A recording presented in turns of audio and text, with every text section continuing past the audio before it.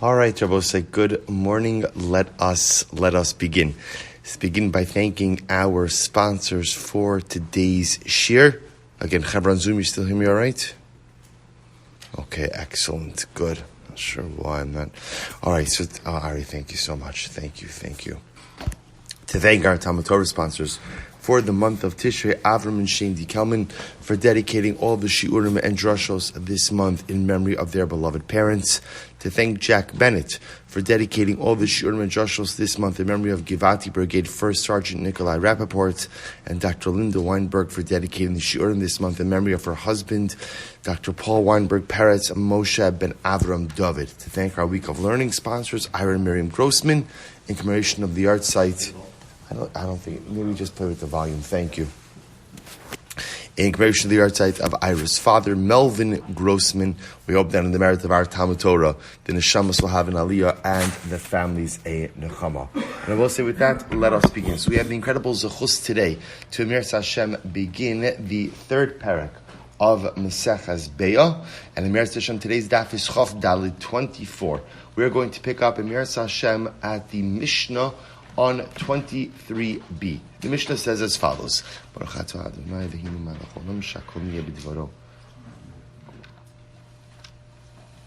Says the Mishnah. Sammy, thank you. Is it working? Okay, try it. All right, so the Mishnah says as follows. The Mishnah explains eight. How's that? I think there's something with the volume setting. Yeah. Okay. I'll speak louder. Says the Mishnah, Ein sadin dagim in abivarim b'yamtiv. The halacha is that one is not permitted to go ahead and trap a fish from bivarim. Rashi points out over that bivarim refers to a fish pond. If you look at Rashi says Ein sadin dagim. Now this is incredibly important. Now remember, the Mishnah is introducing us to this idea that not every malacha that falls into the category of ochal nefesh is permitted on yamtiv. So if we look at Rashi says, for example, in tzadin dagim, afagav the shchita va'afia ubishol miavos malachos, saying even though again, baking, cooking, shchita are all malachos, v'hutshru l'tzorech yamtiv, and nevertheless they are all permitted on yamtiv. Taima mishum di'efshar me'erev yamtiv, the shchita chayish lemichmar bisra, pen yischam v'yasriach. Aval tzeda ef shalatzoto mi'ba'od yom v'nichem mitzudasu b'mayim v'lo yamus u'lamachar yetlu. So this is incredible. So says the Mishnah, or says Rashi, the idea is that on Yom Tiv, the heter for ochal nefesh is for the type of malacha which could not have been done before Yom Tiv with the same qualitative results. But if something could have been done before Yom Tiv with the same qualitative results, then there is no heter to perform that malacha on Yom Tiv. So, for example, shchita, right? You can't shecht an animal, remember, it's before refrigeration. You shecht an animal erev Yom Tiv, so by the time Yom Tiv comes, there is the possibility of spoilage. But halacha l'maisa is something like trapping. Trapping could be done on erev Yom Tiv with the same qualitative results. Because of that, halacha l'maisa, there's no reason to permit that malacha on Yom Tov itself. So, for example, they're dealing with fish. So, if you wanted to go ahead and trap a fish erev Yom Tov, keep it in water. In other words, you can keep it alive because obviously keeping it alive, provides the freshness. But lamaisa, there's no need to allow for the trapping itself on Yom Tov because the trapping could have been done before Yom Tov with the same qualitative results. So it says that's why the Mishnah says, Ein tzadin dagim me'bivarim Yom Tiv. You can't trap a fish on Yom Tiv. You can't trap a fish. Nor can you go ahead and feed the fish. Rashi says over here,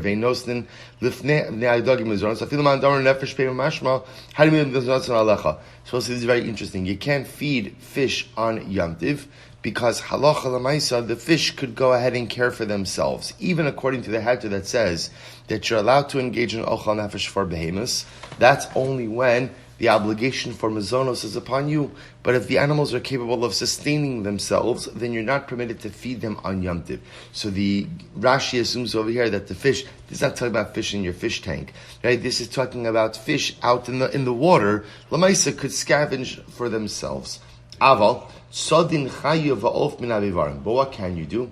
You can go ahead and literally trap a chaya or an oaf that are in some type of bivarin. I will say bivarin literally means like an enclosure.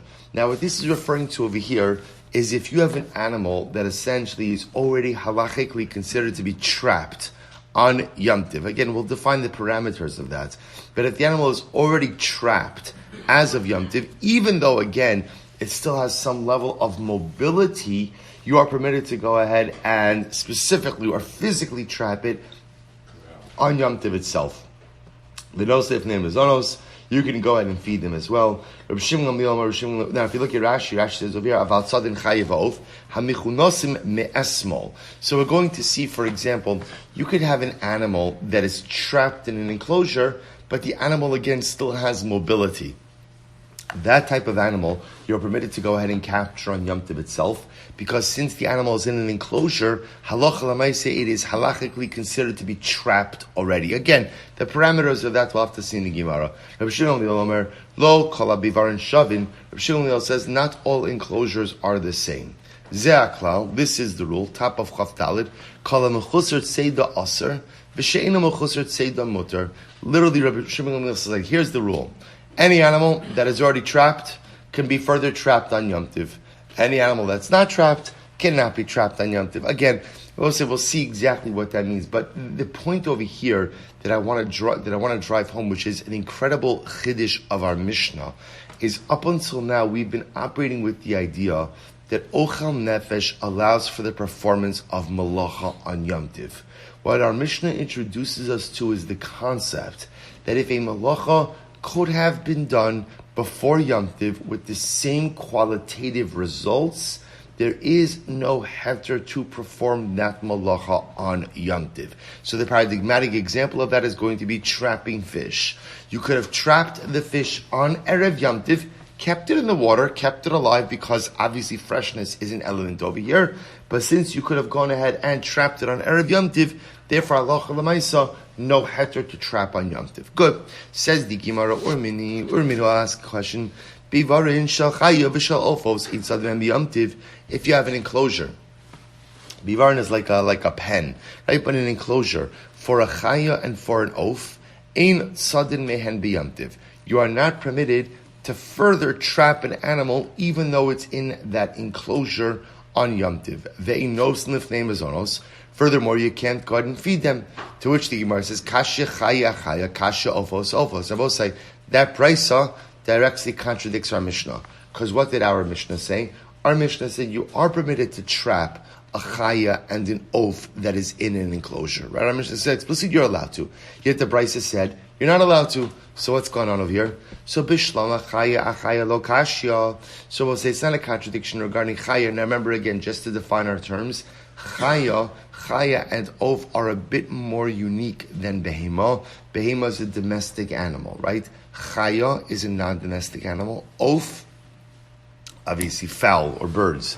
Says the Gemara, it's not a contradiction. I'll tell you why. Bishlam chaya lo kashya. Rabbi Huda harabanan, two different opinions. This nan, Rabbi Huda Omer, hatzad tzipor lemigdal, utzvi labayis, chayiv. Rabbi Huda says that halacha l'maaseh, if you go ahead and on Shabbos, if you trap a bird in a migdal, in a tower, or you go ahead and you trap a deer in a home, chayiv. Your chayiv, remember I'm going to say, just to be clear, tzeda, hunting / it's really trapping, is one of the 39 malachos. So therefore, again, Rabbi Huda holds, if you go ahead and you trap a bird in a migdal, in a tower, or a tzvi, or a deer into a home, you're chayiv. To which the Gemara says, L'bayis hudim chayiv. When do you see that you're chayiv?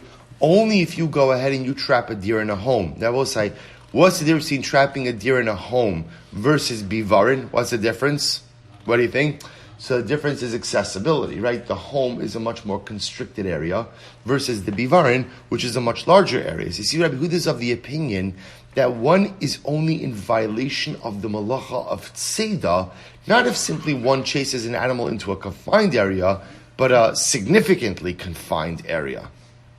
Aval bivarin lo. But if you were to just go ahead and chase the deer into a bivarin, into a pen, or into an enclosure, pen is the wrong word, enclosure, then halacha l'maisa, one would not be chayav for tzeda, which I will say tells you that if you put a tzvi in a bivarin, in a enclosure, that the tzvi is not considered trapped. Well, again, I will say, remember again, it's two sides of the same coin.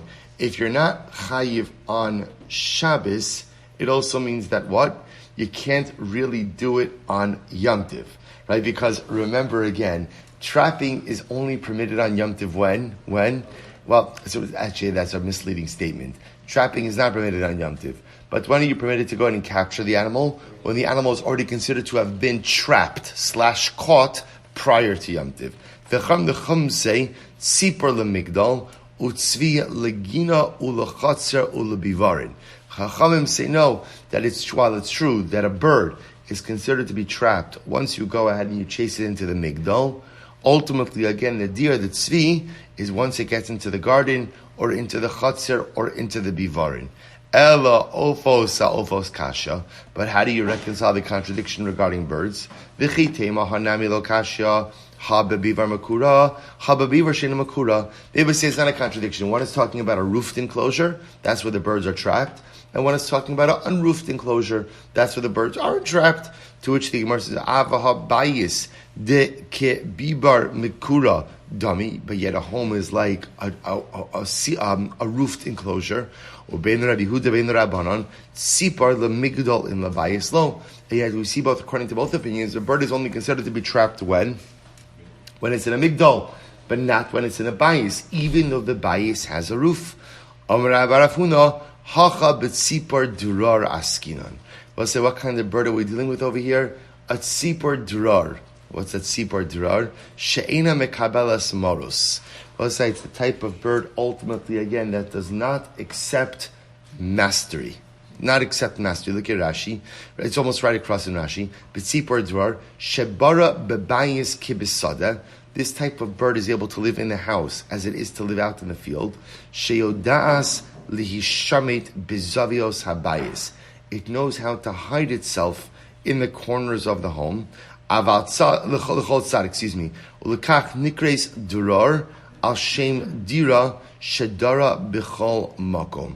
But say, if you think about this, by the way, it's such an incredible use. So tzipor durar, right? Ukrasa durar la'aretz. By Yovel, the Torah used the lashon. Durar means freedom. Durar means freedom. So tzipor durar is a free bird. Right, free bird. Right? Then it could live anywhere. So we'll say. So therefore, the Gemara says over here, by tzipor durar, that type of bird, even if it's in the home, may not be considered to be trapped because halacha l'maisa, it could go ahead and hide all of the corners. We'll say there's an incredible Musar Haskell in that also. What's the definition of freedom? What is the definition of freedom? It's the ability to go ahead and live anywhere. We'll say, meaning what? The ability of the definition of true freedom is the ability to adapt to any circumstance. You see, very often what happens in life is that we go ahead and we assume that we can only thrive, right? We can only thrive and we can only exist in certain situations, in certain circumstances. But Lamaisa, as soon as optimal circumstances are not there, we use that as an excuse to absent ourselves from life accomplishment. What's the tzipor durar? What's freedom? What's real freedom? If I'm a ben chorin, which you all like to think that we're a ben chorin, what does it mean to be a ben chorin?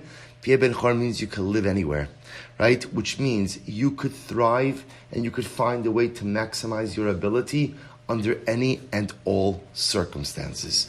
So says the Gemara.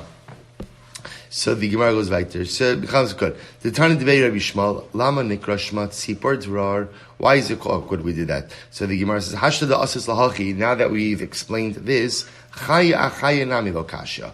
The truth is, when it comes to a Chaya, right, when it comes ultimately again to the contradiction regarding animals, it's also not a contradiction. Ha Bebivar Katan, Ha Bebivar Gadol. One is talking about a large enclosure, one is talking about a small enclosure. To which the Gemara says, by the way, Hechi Dami Bivar Katan. What does that mean? A small enclosure. So I'm sorry. Hechi Dami Bivar Katan. Hechi Dami Bivar Gadol. Amar Rashi Kol Hecha. This is actually very helpful because now we'll actually get a definition. Kol Hecha derahit abasura umatile bechad shachya bivar katan. The idach bivar gadol. Let's listen to this. A small enclosure is when you could go ahead and run after the animal and catch the animal in one step. In one step, right? A large enclosure is where it'll take you a couple of steps. Good. Says in Ravi Idach, so the inami, kol heicha di'ika uktsi beaver gadol. Or the other possibility is when the enclosure has a lot of corners. And we'll say, now what's the chap if there are a lot of corners? A lot of places for the animal to hide. So if there's obviously for the animal to hide, that's called a large enclosure. The idach bivar katan, inami, kol heicha dinafli tula de kasli ahadadi bivar katan. The idach bivar gad. The other possibility we'll say is literally when the shadow of the walls overlap each other. That is called a bivar katan, which I will say. So again, you hear the imagery. In other words, if the shadows of the walls overlap, that means the walls are very close to each other. That's called the bivar katan. But at the end of the day, if the shadows of the walls do not overlap, that's called a bivar gadol. Good. So we'll say, so again, a bunch of different definitions. We'll say again, the operative principle, just keep in mind the operative principle, is that halacha l'maisa, the only way to go ahead and quote unquote trap an animal on Yom Tov is how can you trap an animal? The real answer is you can't, right? But again, what allows you to go ahead, what allows you to engage in we'll call it a semi-act, an act of semi-trapping is if the animal is halachically considered trapped already prior to Yom Tov. Again, Rashi HaKadosh explaining to us why. Because the heter ochel nefesh is only for malachos which cannot have been done before Yom Tov with the same qualitative results. But anything that could have been done before Yom Tov with the same qualitative results may not be done on Yom Tov itself. Trapping is one of those malachos which could have been done before Yom Tov. Therefore, you don't have to have the animal in hand before Yom Tov, but halacha l'maisa, what has to happen? The animal has to be halachically trapped before Yom Tov. So the fish has to be trapped. The chaya, the oath, have to be trapped. So the Gemara says this: Lo kol bivar and shavin. Shmuel said not all enclosures are the same. Amar Rav Yosef. So we'll say, remember again, Rav Shmuel then essentially went on and said that halacha l'maisa, essentially, the animal has to be trapped, right? That's the rule. In other words, Rabbi Shmuel says, instead of getting into what kind of trap works, what kind of trap doesn't work, it's a very simple rule. The animal has to effectively be trapped prior to Yom Tov. Says the Gemara, Amar Rabbi Yosef Rabbi Yehuda Amar Shmuel, Halach Rabbi Shimon Gamliel, the halacha follows Rabbi Shimon Gamliel, right? So Rabbi Shimon Gamliel says, as long as the animal is not mechusar tzeda, as long as it's not, literally translated, it means as long as it's not missing trapping, which means it's trapped, halacha ma'isa, you could use it. Says the Gemara, Amar le'abai halacha b'chlal de pligi, but say first wide line, chaf dalad amad aleph. Abai said, 1 second. The fact that you have to halacha like Rabbi Shmuel, that sounds like maybe someone's arguing on that. Amar le umay nafka l'chamina. So he said, what does it matter to you if somebody's arguing? In other words, we'll say, what does it matter? We just said halacha follows Rabbi Shmuel.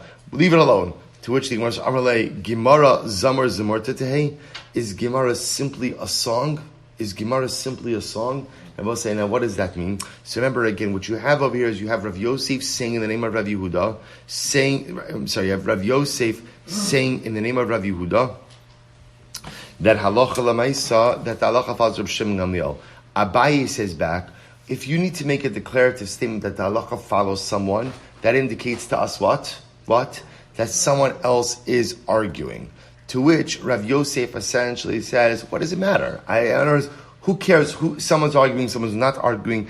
I just told you the halacha falls of Shimon Gamliel.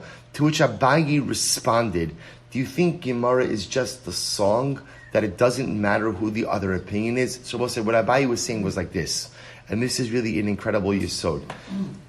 Does it make a difference to the bottom line if someone is arguing on Rav Shimon Gamliel? It doesn't make a difference to the bottom line because halacha follows him. But ultimately, again, what Abaye is saying is, in life, what's incredibly important is clarity. You see, when you sing a song, you don't need clarity. Why? Because what happens when you sing a song? What happens when you sing a song? What happens if you don't know a word in a song? Hum it, right? And it doesn't matter. And the truth is, it actually doesn't matter. The song could be just as beautiful. So when you sing a song, you don't know it, you don't know a stanza, you don't know a line, hum it, make it up, move your lips, whatever you need to do. But as long as you have the nigun, it doesn't really matter. Abaye says, that's not Torah. That's not Torah. You see, with Zmiris, a little bit of ambiguity is just fine. You don't know a word, not a problem. The Zemer is still beautiful. In Torah, ambiguity is the antithesis of what it is we're trying to accomplish. So we'll say the entire pursuit of Torah is the pursuit of clarity in life. Why do I learn Torah? Why do I learn Torah? Besides that, Hakadosh Baruch Hu commanded me to, and besides the fact that it's the most enjoyable thing in the world. At the end of the day, I learn Torah because I want clarity in life. Because there's so much gray in the world, because there's so much ambiguity, because there are so many things that don't make sense. And I want life to make sense. I want me to make sense. I want the way I live to make sense. Torah dispels ambiguity. When you learn and you understand and you chap, then you begin to see the world, you begin to see life, and you begin to see yourself with clarity. Because the Rabbi says, I need clarity. I need clarity. Which Rabbi tells you something amazing. So often in life, we live with ambiguity. Right? I think for those of you who are doing the Smichas Chava program and have the opportunity to learn like halacha with clarity, we realize that, especially in halacha, there's so many things in life we walk through are like, I think this is okay. Right? I think this is okay. And so much of our Yiddishkeit is like iffy. I heard this, I learned this, I mentioned this, I read about this, and we kind of play so much of a guessing game with so much of what we do. And same thing in our Avodas Hashem. Am I taking the right path, not taking the right path? Is this the right derech, not the right derech? The goal in life is clarity. And clarity only comes from Torah. Zmiris, you find with ambiguity. Torah, life, clarity. Says the Gemara, Ze'aklal, ha-mechusrat seida, hechidah mechusrat seida. So what's considered to be missing trapping? Amar Rav Yosef, Amar Rav Yehuda, Amar Shmuel, kol she'omer, habei mitzuda v'natzudena. So we'll say a very simple rule. If you have to say, bring the trap so we could trap the animal, that means that what? Animal's not trapped. Good. That's a pretty straightforward one. So the Gemara says, but yet again, here's a good example. Chicken and geese, or chicken and ducks. Right? Where often a person will say that the animals might be in an enclosure, and a person will say, bring the trap. V'tanya, hatzad avzin v'tarnagolin v'yoni hadresios, or hardarsios, pater. But yet we learned that if you trap geese or chickens or Herodian pigeons, you putter, because these animals are considered to be trapped already. So it's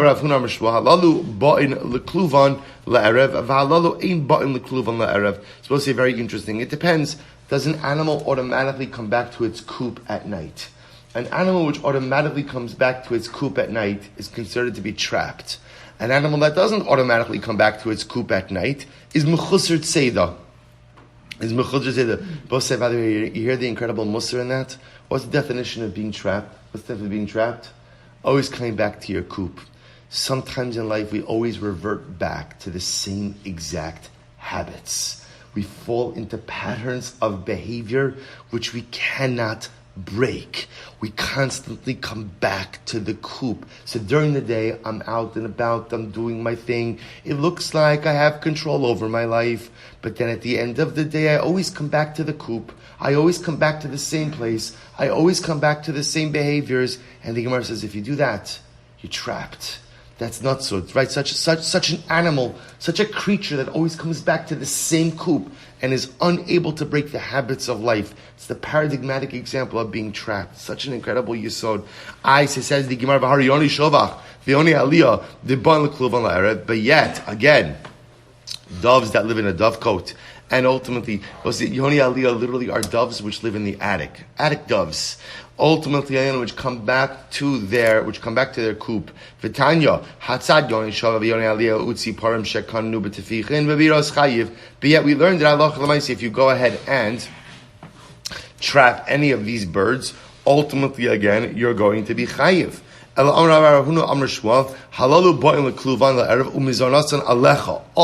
It's not just that they come back to the coop. They come back to the coop and they're reliant on a human master for food. But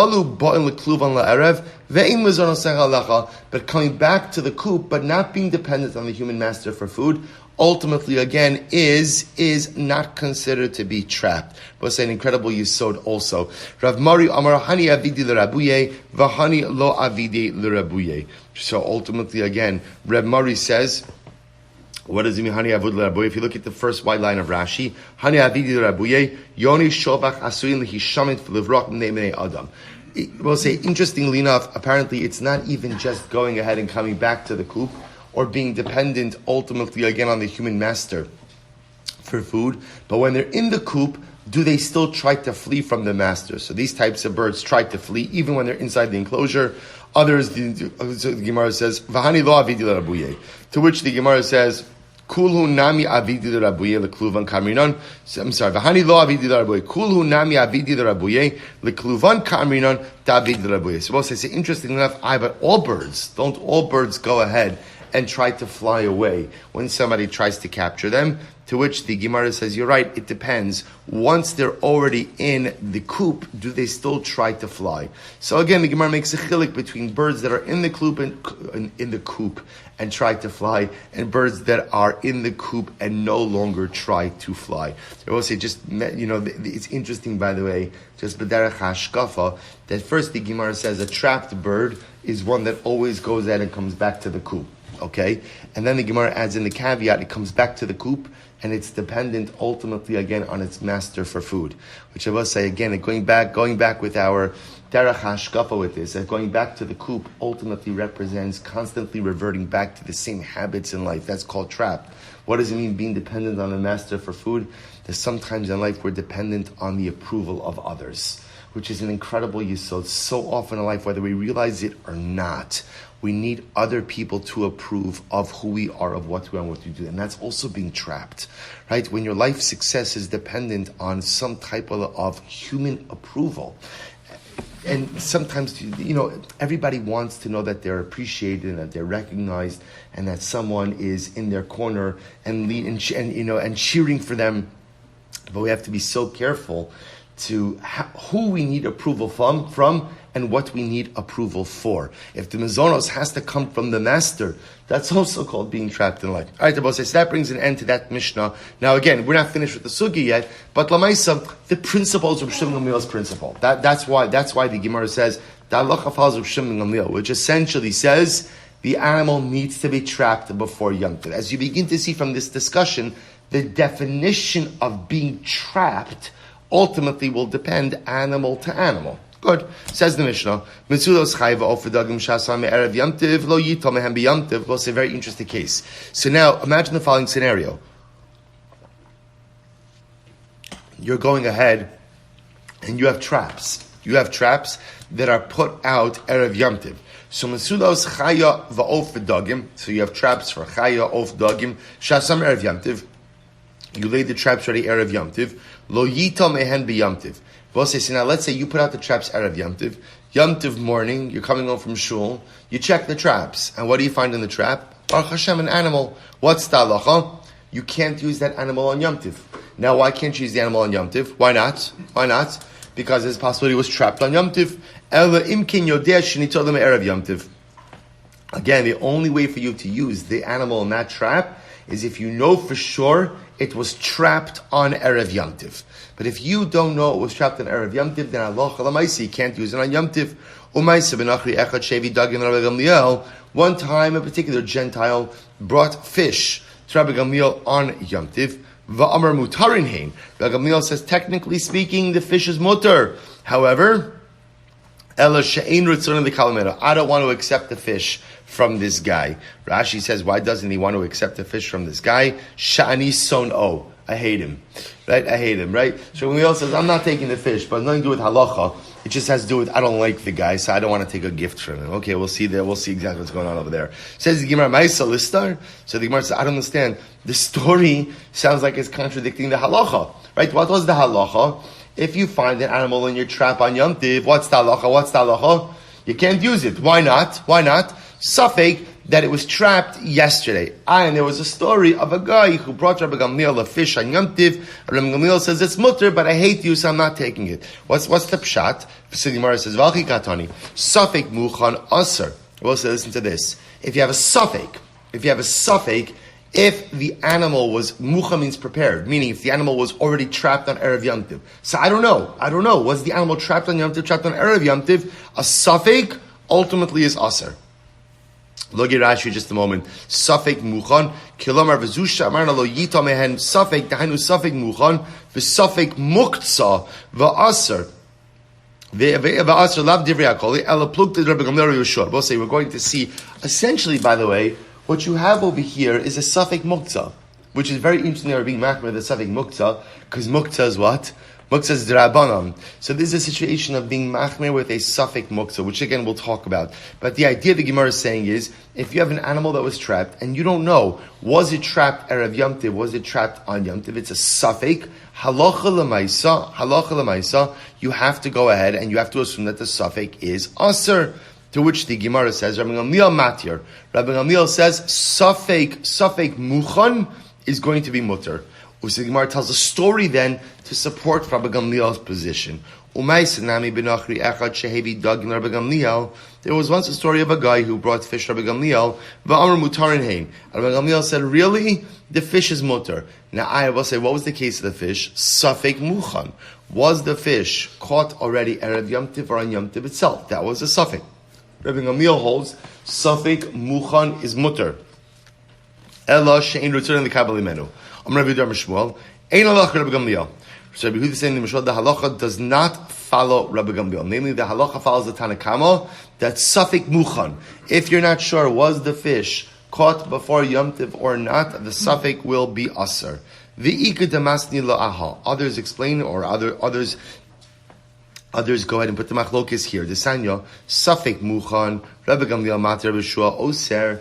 If you have an animal and you're not sure, was it prepared, meaning caught, trapped, on Erev Yom Tiv or not, Rabbi Gamliel says it's mutter, Rabbi Shua says it's aser. Rabbi Yehuda, Amar Shmuel, halacha Rabbi Yoshua. So the halacha is like Rabbi Yoshua, namely, which is the Tanakam of our Mishnah, suffix muchan is going to be aser. The Ika damasni la'aha. Others framing in this brisa, this sanya, Amud Beis, shochtin min hanigarim b'Yom Tiv. You could go ahead and shecht animals from the Nigarim on Yom Tiv. Now Rashi says, what shochtim min hanigarim? Tap Rashi, shochtin chayos min bivarim, lefishin itzodim va'omdin, va'ashim sha'osin sham nigre mayim v'charisin l'shtos hachayos, karlu nigar. What's the Nigarim are bivarim. So enclosures. You can go ahead and take an animal from an enclosure, right? And you could shecht it on Yom Tiv. Avalo min arishtos, but you can't take an animal from a net or from a trap. Rabbi Shimon Lozer Omer, both say, listen to this. This is not talking about traps. So just if you could imagine for a moment, you have a trap, right? So I'll say, so the trap, let's assume for a moment that the way this trap is just like a big net. Animal runs into the net gets dislodged from its two posts, and ultimately traps the animal. Imagine for a moment now, let's assume this is a big net. So let's say you can't see the two ends, right, at the same time. So you're walking on Erev Yom Tiv, you're walking Erev Yom Tiv, and what happens? You see one of the sides of the trap is dislodged. Which means that what? There's an animal trapped in there. So you're walking out, so you didn't see the animal Erev Yom Tiv. All you saw was one side of the trap dislodged. Biyadua sheme Erev Yom Tiv nitzodu umutarin. So we'll say that's enough circumstantial evidence to tell you that what? The animal was already trapped Erev Yom Tiv, and ultimately, again, it's ready to go. I mean, it's prepared. However, bo matzamakom b'Yom Tiv, but if halacha l'maisa you come along and you see the trap on Yom Tiv, and on Yom Tiv, you see one of the sides of the trap dislodged, biyadua shebi Yom Tov nitzodu va'asurin. All that tells you is what? That the animal was trapped on Yom Tiv, and therefore the animal will be also. So we'll say, see what's happening over here? In this case, you don't see an animal. In this case, all you see is one side of the trap dislodged. So if you see the side of the trap dislodged on Erev Yom Tiv, that's enough to tell you that what? The animal was trapped on Erev Yom Tiv, and therefore permitted for use on Yom Tiv itself. If, however, you only see it dislodged on Yom Tiv, then halacha l'maisa, you have to assume it was trapped on Yom Tiv, and therefore it'll be aser. To which the Gemara says, it doesn't make sense. Hagufa kashya, you just made an inherently contradictory statement. Watch this. Amrit Ba umatsan mikol kolen me'erev yamtiv. On one hand, you said that if you're walking and you find a side of the trap dislodged on Erev Yamtiv, biadua sheme Erev Yamtiv nitzodu. Right? So again, I'm walking, I see the side of the trap dislodged. That tells me that the animal was trapped on Erev Yamtiv. Taima deba umatza'an mikol kolen. Now, the reason I could assume the animal was trapped on Erev Yamtiv was variable. Say, why? Why? Because I saw the trap dislodged. In other words, on Erev Yamtiv, there's circumstantial evidence that shows that this animal was already trapped.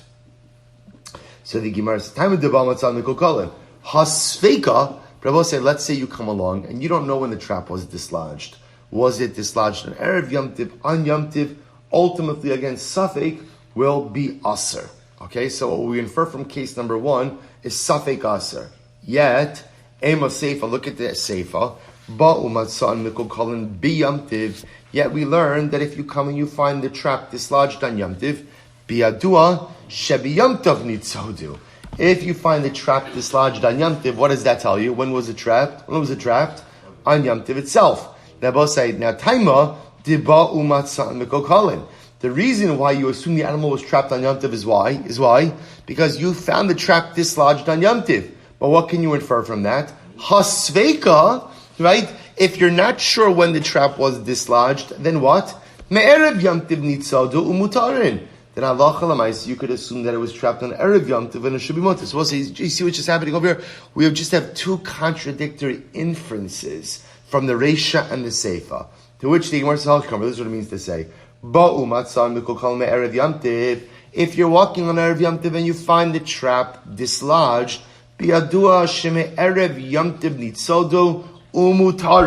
we'll say ultimately again, if you find that trap dislodged on Erev Yom Tov, you could assume the animal was trapped as of Erev Yom Tov. Therefore, again, the animal is permitted to you on Yom Tov itself. What do we infer from that? Hasveka. But if you're not sure, if you have any doubt about when this animal was trapped, hasveka naaseh k'mishna tzodu b'yamtiv v'asurin. Ultimately, again, a safek case, you have to treat safek as if what? As if what? As if the animal was trapped on yamtiv, and halacha l'maiset will be asur. Incredible. Amar Rav Yehuda, Amar Shmuel, halacha k'Reb Shimon Elazar. Ultimately, again, and says Rav Yehuda name Shmuel, the halacha follows Rav Shimon Elazar. Therefore, I will say again, this is actually case is very interesting. Because what the halacha says is as follows. See, I will say, the novelty of Rav Shimon Elazar is what? Do you need to see the animal trapped on Erev Yom Tov? Do you need to see it? No. All you need is what? Circumstantial evidence that the animal was trapped. So as long as on Erev Yom Tov you saw that the trap was dislodged, that's enough to tell me that the animal was trapped on Erev Yom Tov and therefore fit for use on Yom Tov. That's the kula. What's the chumrah? The chumrah is, if you're not sure, then what? You have to be machmir and assume the animal was trapped as of when? Yom Tov, and therefore prohibited from use. Incredible. So let's go weiter. So the Gemara says, hello, good. Va'amar mutarin hein. So we'll say, so remember again now, let's focus on the story. Right? So Rabbi Gamliel? Yeah. Yes. Rabbi Gamliel in the Mishnah, remember, Rabbi Gamliel holds that safek muchan is mutar. If you're not sure when the animal was trapped, was it trapped Erev Yom Tov, was it trapped Yom Tov? If you're not sure, safek is mutar. So yet there was a story where a guy brought Rabbi Gamliel fish, right? It was safek muchan. Did he catch it? Did he not catch it? Rabbi Gamliel says it's mutar, but I don't like you, so I'm not eating it. Says the Gemara. Our mutar name mutarin lamai. This is incredible. Rabbi Gamliel says that safek muchan is mutar. Safek muchan mutar. If you're not sure, was the animal prepared? Right? Was it trapped? Erev Yom Tov, it's going to be mutar. Mutar for what? Watch this. Mutar for what? It's incredible. Mutar l'mai. Rav amar mutar l'kabel. Rav says it's mutar that halacha l'maisa you could accept it. In other words, if somebody gives you a gift, right? Halacha l'maisa you could accept it. Look at Rashi, l'kabel almost right across.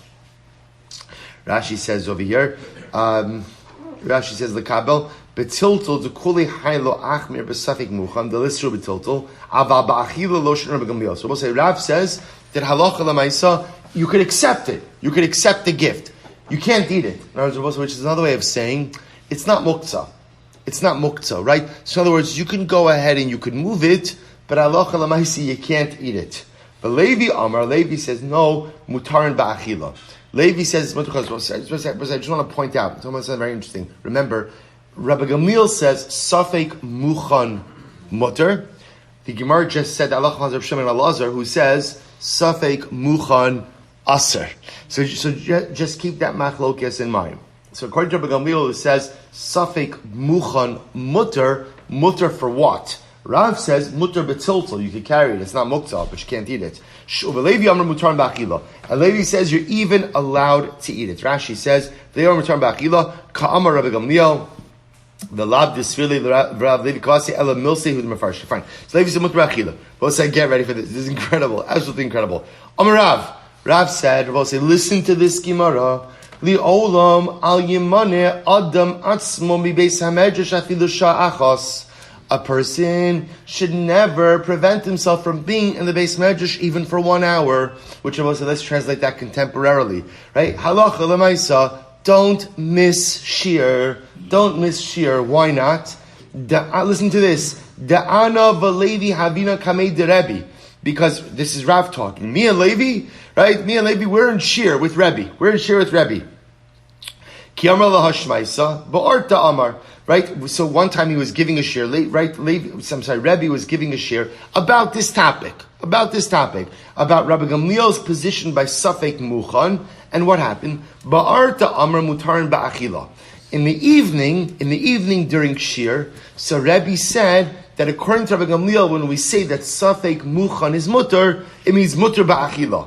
B'tzafra, in the morning, Rebbe changed his mind, amar mutarin lekabel.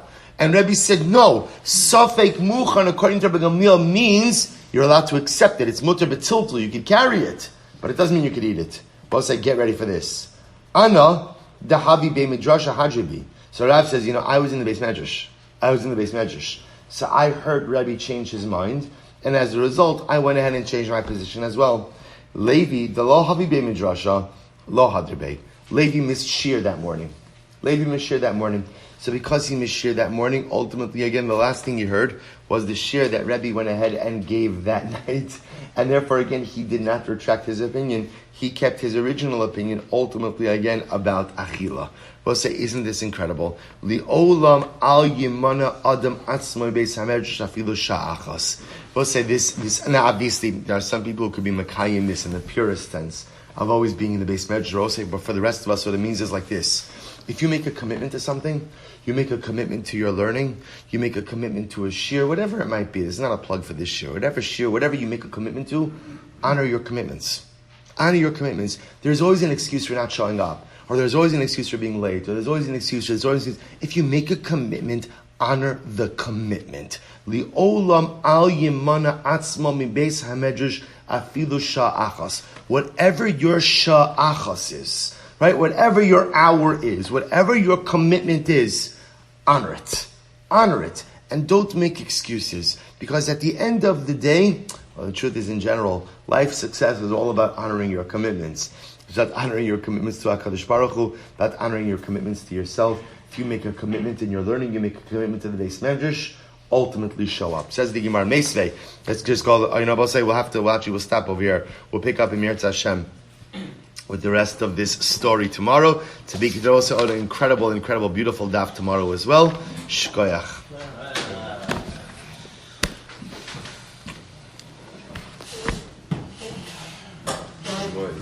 Good, Madrid. How are you? It's just now doesn't quote the pasuk. The short ways and It's beautiful. I guess he's saying that's just a desire. Right? Correct. This is the chiyuv. Yeah.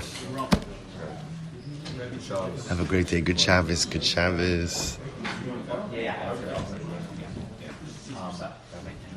Of course. So nice. It's my pleasure.